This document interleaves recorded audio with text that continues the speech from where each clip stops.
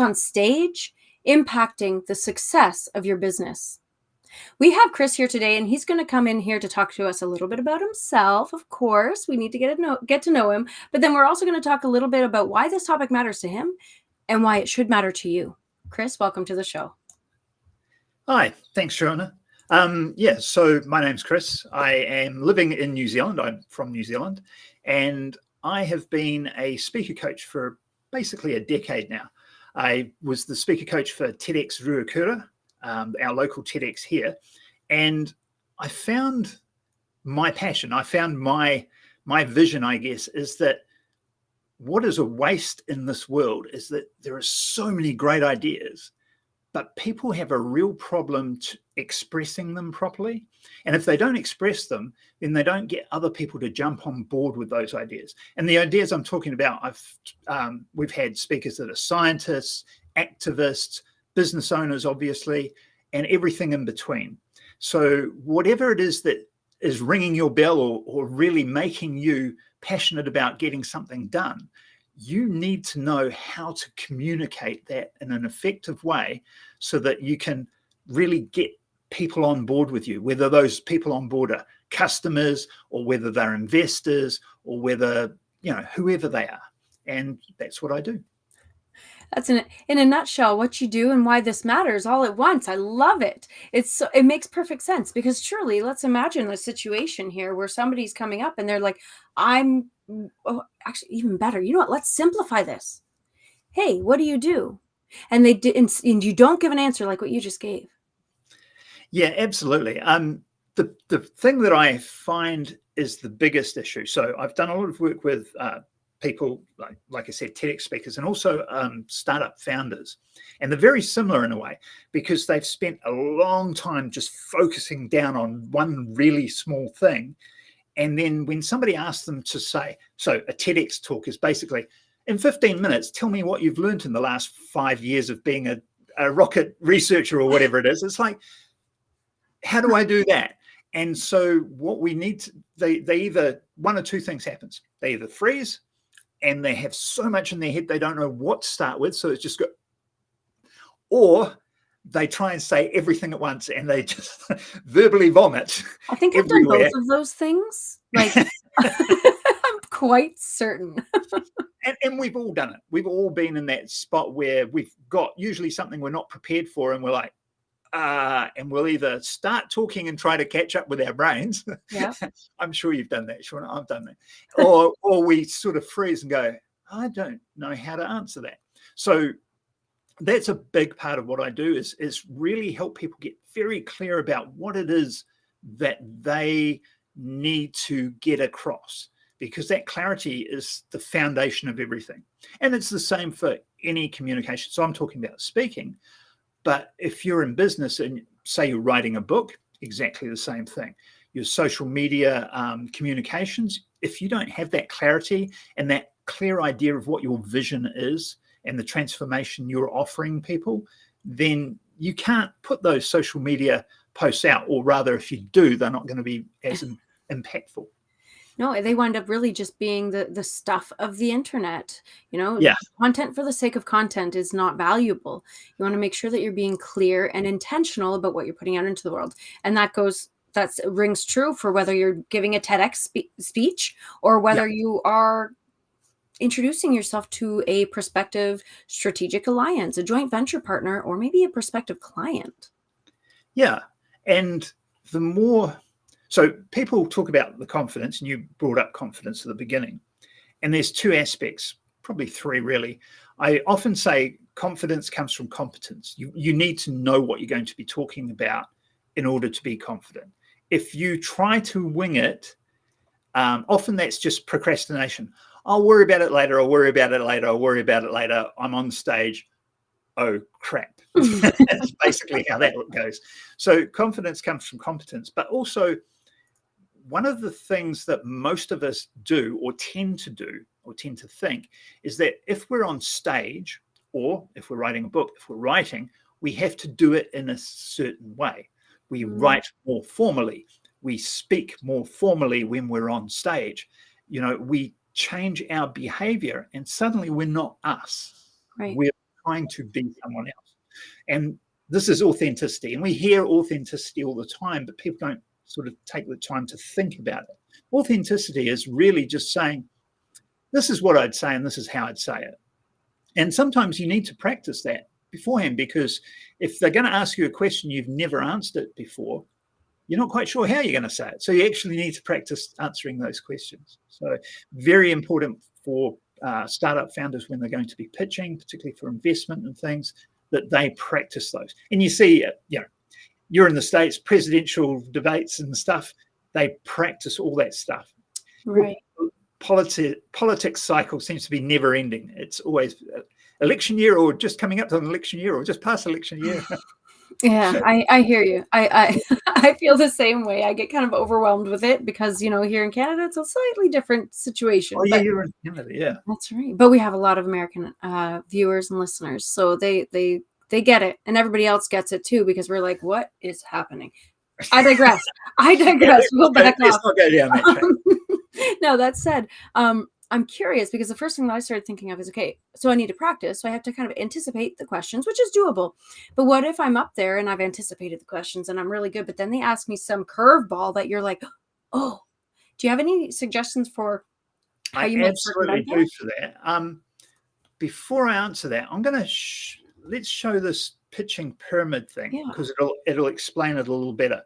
So here we have the pitching pyramid, and we've got the clarity at the bottom. That's the most important thing.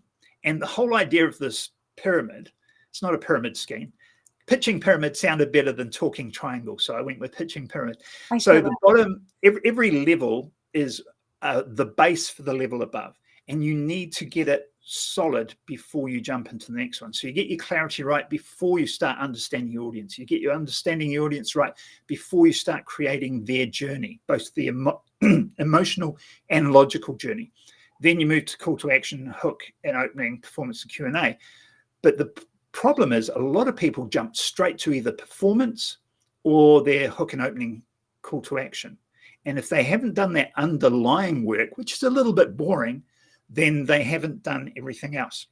And the reason I wanted to show you that now is when I answer the Q&A question, that's right on the very tippy top there. So I'm going to give you an answer to that, but I want to make sure you understand that this is not something you can do straight off the bat. So you can. All right. So that makes sense. Okay. So we're looking at, can I guess? I just would like to guess. I'm seeing this pyramid, and if I were to guess, the answer would be that you're setting up your Q&A so that they only ask you questions that you have an answer for. Exactly. So when we did, so this whole pitching pyramid was based on what I did with the TEDx, but we didn't do Q&A for TEDx talks, right? Right. So the Q&A sort of came when I started working with startup founders. And that was a little bit different, because a lot of those were, you have 5 minutes to pitch and 2 minutes for Q&A. And so you could be very strategic about, we don't want to spend time in that detail. We will seed a question so they'll ask us the right question. And so we did that a lot. That works. And that's what you're saying, is sort of seeding a question. But you also want to have something prepared, a little story, a little anecdote, and a lesson you can get from that anecdote in your back pocket, ready for somebody giving you their curveball. Because occasionally somebody will ask you a question and you'll go, that makes no sense. And you don't want to abuse the person asking the question, right? You don't want to say anything that's stupid to them or make them feel down. And you go, I'm not sure if I got that right, but let me tell you a story that I think might answer the question. And then you go into your story and you go into the lesson. Even if it's way off, people appreciate it. You're not making anyone look bad. You look good. And your credibility from answering a question is actually way higher than your credibility when you are giving a talk. So if somebody asks you the question and you come up with a really good answer, they're way more impressed than if you just come up with that in the talk. So sometimes you want that as your strategic thing. Oh, that's something I hadn't really thought of. I like that. Yeah. That's fun. I'll tell you another, a big one for people speaking. Don't ever end your talk on Q&A. So what happens with Q&A, and we've all been in the room when this has happened. So let me know if you can see this happening. You're in the room, the person's finished talking, they go, right, any questions? And there's a really good question. And then there's a not as good question. And there's a couple of questions, then okay questions. And they just evolve from there until the last question is, what did you have for breakfast? And that's you walking off stage to a whimper. Yeah. The whole talk that you've built up has just, all that power's been taken away. So what you want to do when you're doing Q&A is you go through your talk, and so you've got your opening, middle, close, if you like. You do sort of a part close, and you go, so we've covered all of this. Now, before I finish up, I just want to see if we've got any questions. We're going to take a couple of minutes of questions. That way you're in control. Right. And then you can say, right, we've run out of time. Let me finish up now. And then you do your last minute, 2-minute closeout that brings the energy back up and puts you in that authority position to finish off with. Oh, I love that. Important. Yeah. I love that. Like, even just like in you saying that, I'm like, yes, yeah, I'm already a cheerleader for the proverbial person who's giving this talk. That's, yeah. That's really good.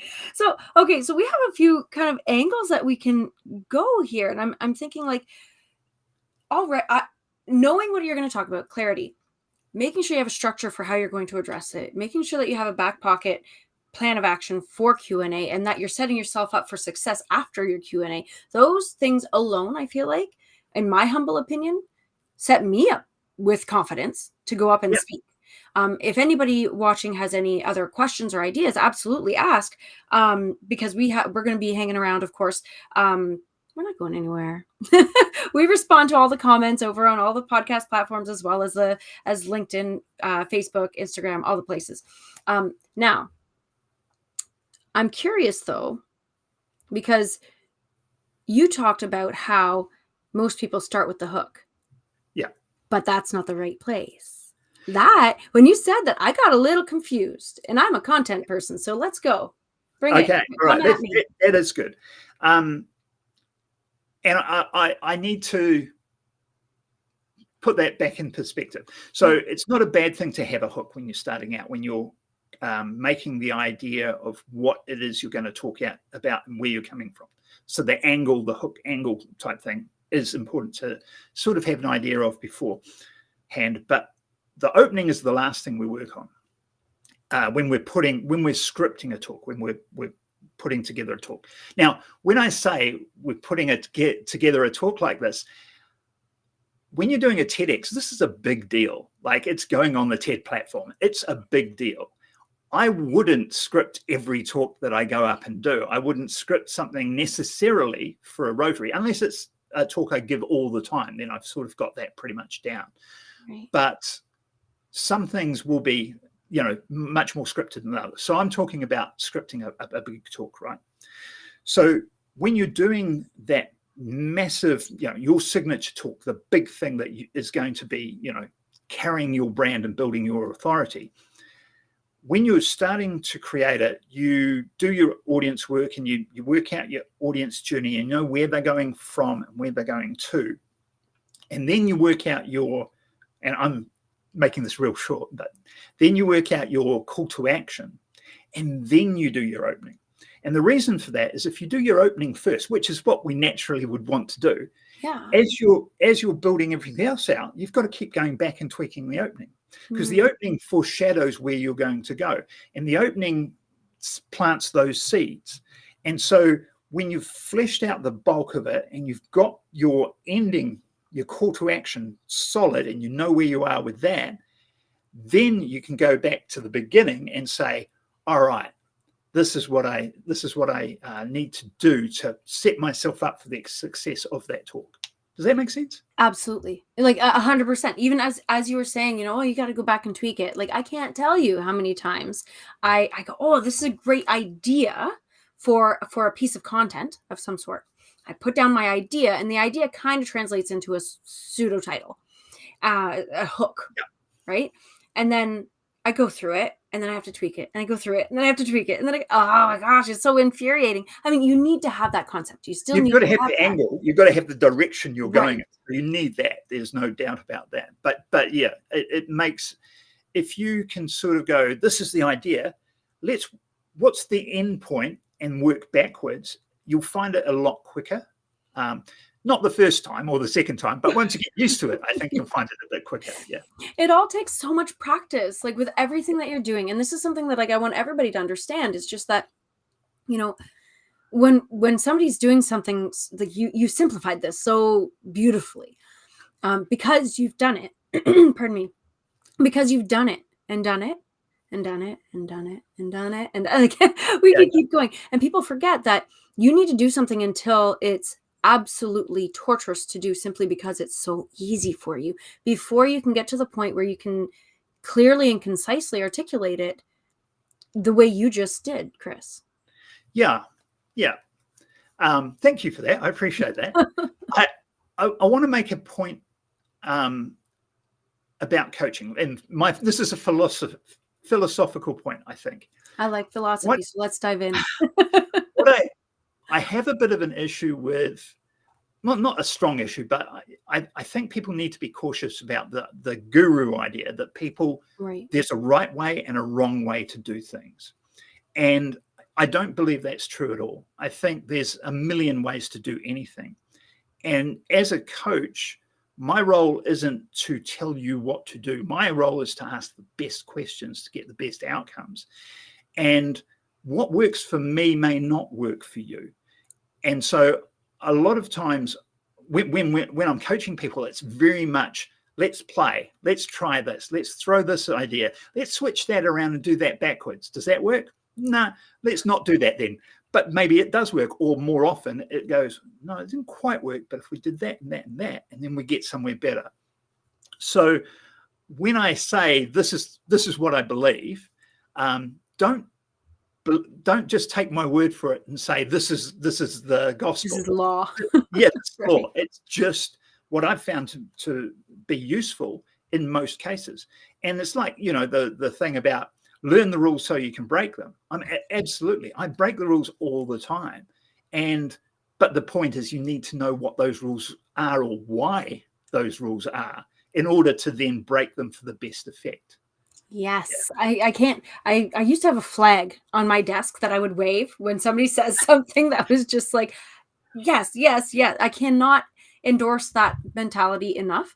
There are too many people who try, and I started this, oh goodness, like 8 years ago when I was doing conversion copywriting and only conversion copywriting. I'd get so many people who would play copycat copy.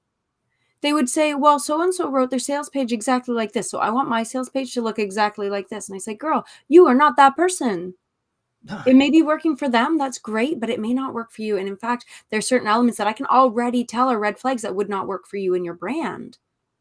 And people don't realize these things. They just see somebody who's successful and think that they can just embody that person and also become successful. It's not the way it works. And that brings us back to something that I didn't quite answer before, which was when we're talking about confidence. That other thing is being comfortable with your authenticity, being comfortable being with you, which is what you're absolutely doing in that conversion copy. Is if you're not being you, it's a red flag to everybody else, because they know that's not you, right? They're just like, who's this person trying to be? But if you're just being you and you're just like, take it or leave it, this is who I am. If you don't like who I am, don't do business with me. I mean, no offense. I'm cool with that. If you're cool with that, because we don't get on, that's fine. But I'm just going to be who I am. And that's, I think, all of us can do. And when you're on stage, that's amplified, Yeah. Yes, 100%. And this is, I have a concept that I put out into the world, and it's called comfortably confident. So I love that you used comfortable authenticity. I was like, oh, I'm excited. This is right. So comfortably confident. It is just that acceptance of who you are is perfectly powerful.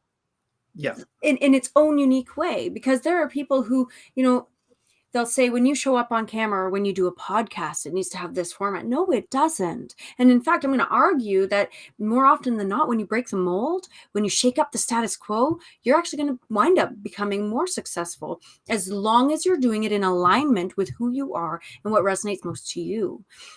That's actually a really great marketing strategy. Is to just absolutely, because nobody else is you.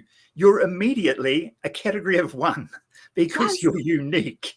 And having said that, it does take practice to be yourself. Like you just don't go out of the gate and be you. It's quite often. And I know I'm comfortable standing on stage and talking. I know in my writing, I still struggle to find my voice a little, if you know what I mean. Mm-hmm. And it's that same thing. It just takes a little bit of practice and a little bit of self-awareness and a little bit of courage, let's say. But yeah, a lot of bit of courage, my friend. A lot of bit of courage.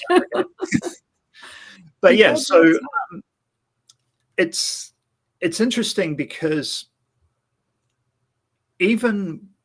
one of the biggest drawbacks that people have is that we've already said, they try to be someone they're not, or they think, excuse me, or they think, what have I got to offer the audience? Why would they listen to me is like the biggest question. And even these experts that know a lot of stuff, they'll go, but there's other experts that know more than me. Well, why would they listen to me? And if you can get back to that authenticity, some people will resonate with you better than that guy that knows twice as much as you. And they'll get more out of talking to you or listening to you than they will from the other guy, even though he knows more. Absolutely. And you need to keep that in mind. It's really important. I used to say, and I still say this, let me just be clear, but I've been saying this for a long time. There are people out there in this world who are sitting on their hands waiting, just waiting for you to say what you have to say as only you can say it.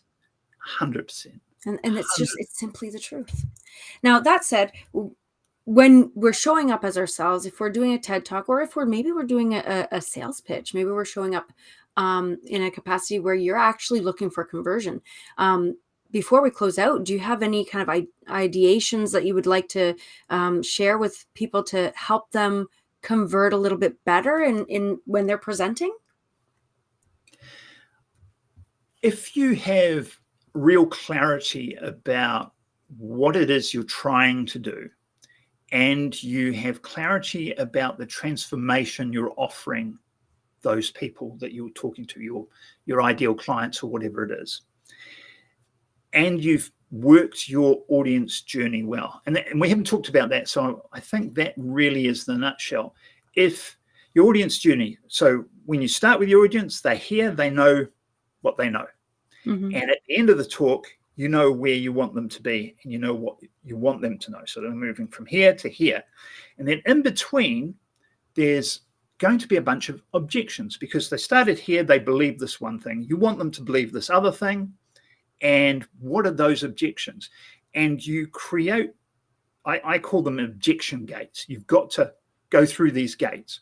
So put them in an order, whatever order it's going to be. This one's the first one. Price, by the way, is usually the last one.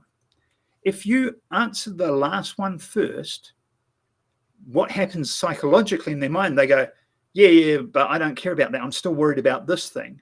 And then you answer these other things. Then you answer the one they go, that makes sense. What was all that other stuff? and you've got to start from the beginning again, right? Which you can't do from a talk. So it's really important that you get those objection gates and get them pretty much in the right order.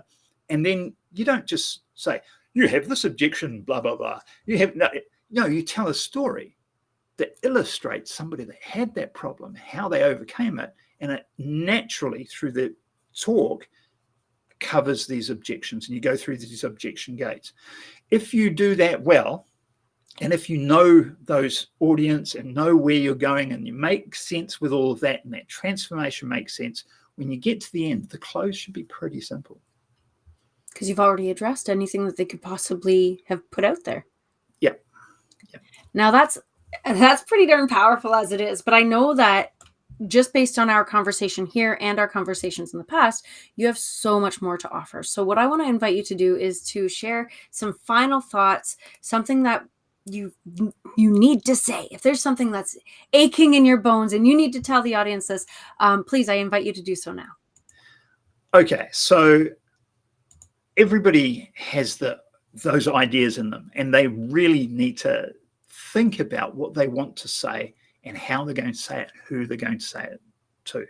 I'm happy to be helping people with that sort of thing. So if you want to connect with me on LinkedIn, ask me some questions. This year, I've got a little thesis I'm working on, and it is that there's going to be so much content generated by AI that value of content and courses are going to drop.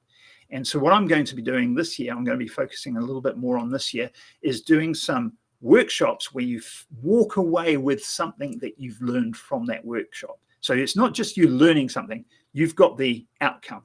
And I'm working on, I was hoping to have it ready for this, but it's coming up soon, a hook creation workshop. And we're going to do that with a small number of people. I'm going to be doing that for free. So, because I want to test it and work it out and all that sort of thing. So if you're interested in doing a hook creation workshop with me for free, link up in LinkedIn, and I'll let you know when we're ready to do that. That's amazing. And definitely something that if you're watching this right now or listening to it, message Chris. This is a good opportunity. So with that, I want to invite you all to make sure that you like, subscribe, follow, share, to make sure that everybody hears this news, to make sure that everybody is on board for the next episode. Because remember, we share at least one episode every single week where we get to have conversations with people like Chris who are making massive impacts in their industry. With that, thank you, Chris, for being on the show. And thank you all for joining us for this conversation. We will catch you on the next one.